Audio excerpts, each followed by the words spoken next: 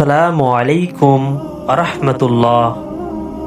আমার প্রিয় ভাই ও বোনেরা, নামাজের কোনোই বিকল্প নাই। মেরে ভাই আর দোস্ত বুজুর্গ, আল্লাহর প্রতি মনোযোগী হও। রাসূল সাল্লাল্লাহু আলাইহি সাল্লামের তরিকায় অনুযায়ী জীবন অতিবাহিত করো।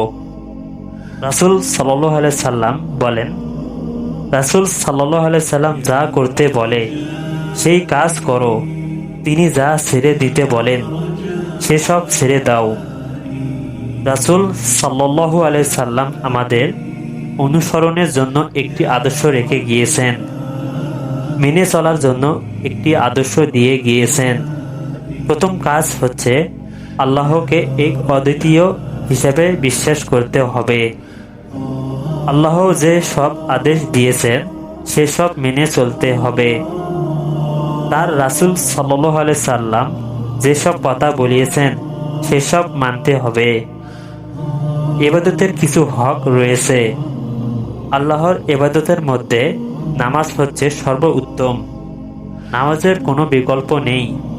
অনেকে বলেন নামাজ খুব ভালো কাজ, কিন্তু এই কিন্তু মাধ্যমেই তার থেকে যায়।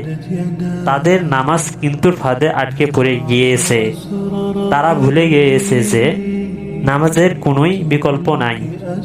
কিন্তু তারা একটা কথা ভুলে গিয়েছে যে যতক্ষণ পর্যন্ত মাথা মাটিতে না ঠেকে ততক্ষণ পর্যন্ত আল্লাহর সন্তুষ্টি পাওয়া যায় না। রাসূল সাল্লাল্লাহু আলাইহি সাল্লাম বলেন, নামাজ হচ্ছে আমার চোখের শীতলতা। সুতরাং নামাজ দ্বারাই একজন মুমিনের প্রকৃত পরিচয় পাওয়া যায়।